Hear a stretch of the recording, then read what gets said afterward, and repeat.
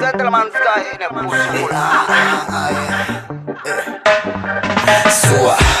Madagasikara zantan razanay Madagasikara tan lolo avinay Naiza tsy mila naiza style tany afikitsarik tsy foko fadiavoko mandrabatavitry ny eko Hamsoa zay nomeny amy teny efa nekenao Nitsaro fantatrao manakasina managarena le tany avianao kazahao Moa ve tsy mba mendrika azy raha mahazo zany anjarany Olo fampetraka hoan'ireo taranaka maparany Ledra fanozoma malagasy azy mila sarany Tsy fito mivola sarena ny fahendrena fazafakany Milanao mijoro, milanao mikolo Hoetany tontolo fatako zany tsara tsy mba mety ho bobongolo Na izana matika tsika tsy miemtra zany Madagasikara tsy mba mety ho zanadany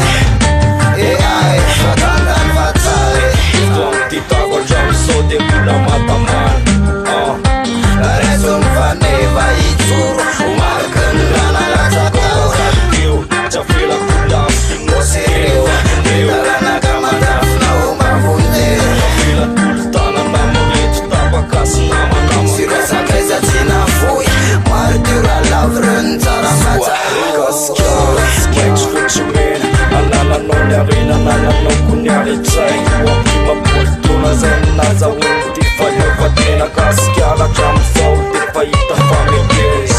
Mivela hatramy fiainana Ny fomba fisaina Ny toe-tsaina Tsy voavita mbola na arena Ka noho izany Fomban-drazana de mbola lolo avoko Mifiravana kanjoko hatrany hatrany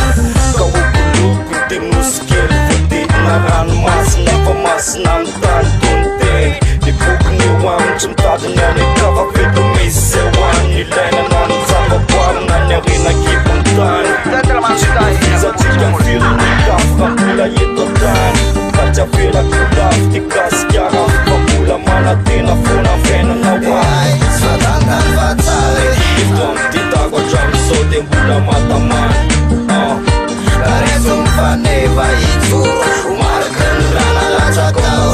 Io, tsafelako lafy Mosireo Taranaka mandrafinao mavondeo Tafela tolo-tanana mareto tapakasy namanama Sirasakaiza tsy nafoy Martura lavre ny tsara matsaro Eto amin'ny titako hatramin'izao de mbola matamany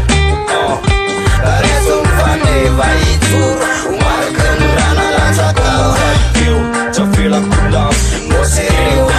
Taranaka mandrafinao mavondeo Tafela tolo-tanana mareto tapakasy namanama Sirasakaiza tsy nafoy Martura lavre ny tsara matsaro